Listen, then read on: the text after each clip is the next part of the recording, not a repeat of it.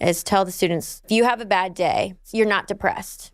We all have bad days. What you need to start looking at is if you're having bad days for 2 weeks, for 3 weeks, then more bad than good days. Right. Then we need to get you some help and have a chat more. I mean, I think that there's two important things to take away here. One, that they're actually talking about it in school and they didn't wait. They're talking about it first thing as soon as class starts, which is important. And the second thing that I really love about the teacher, I think is the teacher in pink that says it. And she brings up the point that we need to explain what depression actually is, because that's part of the problem. It's like we as a society, but especially us younger generations, we've heard these like buzzwords of depression, anxiety, but we don't know what they are necessarily, right? Like we throw them around so much and we hear them. They're like, you know, in the background all the time, but what do they actually mean? And so I think it's so important that she explains to her kids on the first day, hey, if you have a bad day, that doesn't mean you're depressed. But this is what depression is. Depression means if you have a string of bad days,